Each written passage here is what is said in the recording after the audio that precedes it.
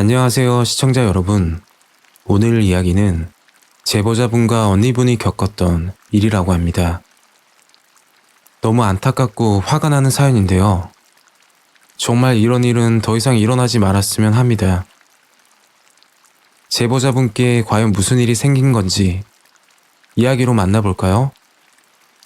이야기 시작 전 구독과 좋아요 부탁드리겠습니다. 그럼 시작하겠습니다.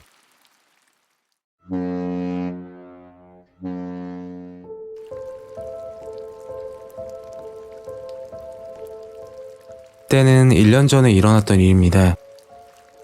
전 부산 태종대에 살고 부모님과 함께 주택에 거주하고 있었죠. 저에게는 1살 많은 친언니가 있는데요. 언니가 만났던 남자친구에 관한 이야기입니다. 1년 전 그날, 집에서 저녁을 먹고 제 방에서 학교 과제를 하고 있던 중이었습니다.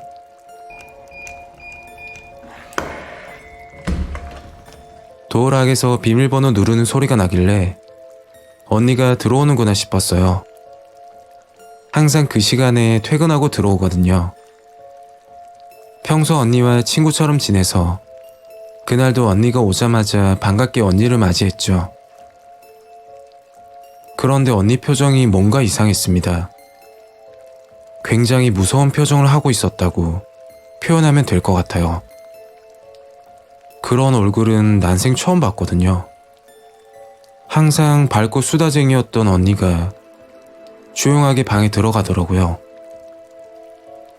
그래서 무슨 일이 있구나 하면서 조용하게 제 방으로 들어갔죠. 아마 그때부터 시작된 것 같아요. 며칠이 지나서 언니가 저를 부르더라고요. 할 말이 있다면서요.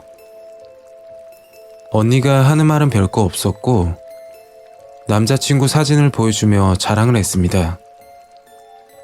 사진을 보니 외모도 순하게 귀엽게 생겼더라고요. 그렇게 사소한 이야기를 하다 문득 며칠 전 그날 일이 생각나서 물어봤죠. 근데 그날 왜 그런 거야? 그랬더니 언니가 하는 말이 남자친구와 연락 문제로 말다툼을 했다고 하더라고요. 언니가 미용실에서 일을 하는데 손님이 있을 때는 휴대폰을 잘 못 보거든요. 아직까지 디자이너는 아니고 수습 단계라 눈치도 많이 보고요. 뭐 연애 초반이니 그러려니 했습니다. 그러다 어느 날 언니가 남자친구를 집으로 데리고 왔고 그날 처음 보게 되었습니다. 외모는 순하게 생겨서 첫인상은 그리 나쁘지 않았죠. 그렇게 언니는 방에서 남자친구와 시간을 보내고 저는 제 방에 있었는데 갑자기 큰 소리가 나는 겁니다. 부모님이 없을 때여서 천만다행이지. 참고로 부모님 두 분 다 가게를 운영하셔서 새벽 일찍 나가서 저녁 늦게나 들어오세요. 저는 놀라서 언니 방으로 갔죠. 그러니 언니 남자친구가 언니에게 손을 올리고 있더라고요. 순간 화가 머리끝까지 올라서 소리쳤습니다. 지금 뭐 하세요? 당장 안 나가면 경찰에 신고할게요.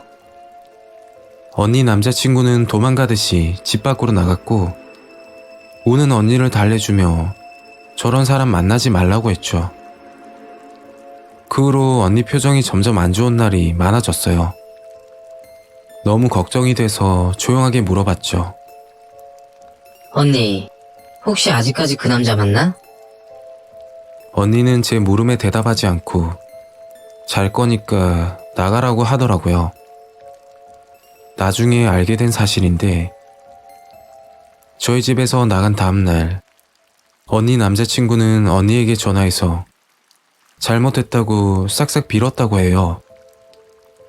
그렇게 용서해준 게 잘못이었죠.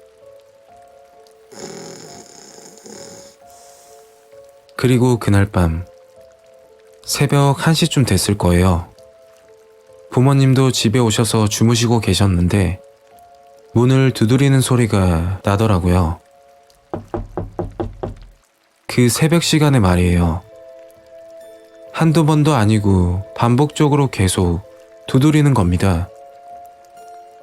결국 아빠가 일어나셨고 현관으로 나갔습니다. 그런데 문 밖에는 아무도 없었어요. 새벽에 누가 장난치는 거냐며 아빠는 다시 주무셨고 그렇게 날이 밝았죠. 그날은 모처럼 가족들이 쉬는 날이었어요.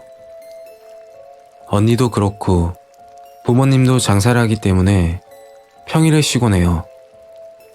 아침을 먹고 언니가 저를 방으로 부르더니 부모님께는 말하지 말고 저만 알고 있으라며 이야기를 하더라고요.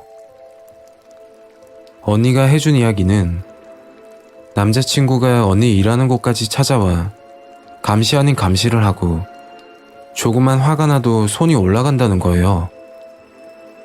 당장 헤어지라고 했지만 헤어지자 말만 하면 사이코처럼 변한다고 말했어요. 예를 들면 달리는 차 앞에 뛰어든다던가 아니면 커터칼을 가지고 위협을 하던지 하여튼 이상한 행동을 거침없이 한다고 하더군요. 언니, 어제 새벽에 문 두드리고 간 사람, 그 사람 아니야? 그랬더니 맞다고 하더라고요. 언니가 전화를 안 받으니 집까지 찾아와 가만 안 두겠다면서 말이에요. 그날 아빠가 나가셔서 정말 다행이었죠. 언니가 너무 걱정이 돼서 앞으로 한 번만 더 이상한 짓 하거나 손 올리면 어떻게 해서든 증거를 남기라며 이야기해주고 제 방으로 들어왔어요. 며칠이 지나서 결국 일이 터지고 말았죠. 급하게 소리를 지르며 언니가 집으로 들어왔는데 밖에서 현관문을 발로 차며 소리를 지르더라고요. 존말로 할 때 문 열어라. 인터폰으로 밖을 보니 칼을 들고서는 노려보고 있는데 언니와 저는 너무 무서워서 아무 말도 못했답니다. 곧바로 경찰에 신고하고 부모님께도 말했죠. 경찰은 그 남자를 연행하고 갔지만 주의만 주었다고 해요. 법적으로 언니에게 피해간 게 없으니 처벌할 방법이 없다고요. 부모님은 가게 일이 바쁘셔서 어떻게 도울 방법도 없었고요. 결국 아빠 말씀대로 언니는 다니던 미용실을 그만두고 휴대폰 번호도 바꾸고 집에서 숨어서만 지냈어요. 그런데 그 남자가 집을 알고 있으니까 해결책은 아니었죠. 당장 이사 갈 수도 없었고요. 그래서 생각한 방법이 아빠가 커다란 진돗개를 데려오셨어요. 마당에 목줄을 하고 묶어두고 키우기로 했죠. 사람은 아니지만 없는 것보다 나으니까요. 그날 저녁 7시쯤 됐을 거예요. 언니와 저는 배가 고파서 뭐 먹지? 하다가 치킨을 시켜서 기다리고 있었어요. 30분 정도 지나서 인터폰 소리가 나길래 확인했더니 손으로 인터폰 카메라를 가렸는지 얼굴이 안 보이더라고요. 뭔가 느낌이 안 좋았죠. 경찰에 신고하기 전에 가세요. 그랬더니 웃으면서 어떻게 알았어? 눈치 빠르네. 좋은 말로 할 때 열어라. 하면서 문을 발로 차는 거예요. 언니 그놈이야. 경찰 신고해. 다급하게 말했고 잠시 후 조용해지더군요. 10분쯤 지나서 경찰이 왔고 밖을 나가보았더니 그 장면은 충격적이었죠.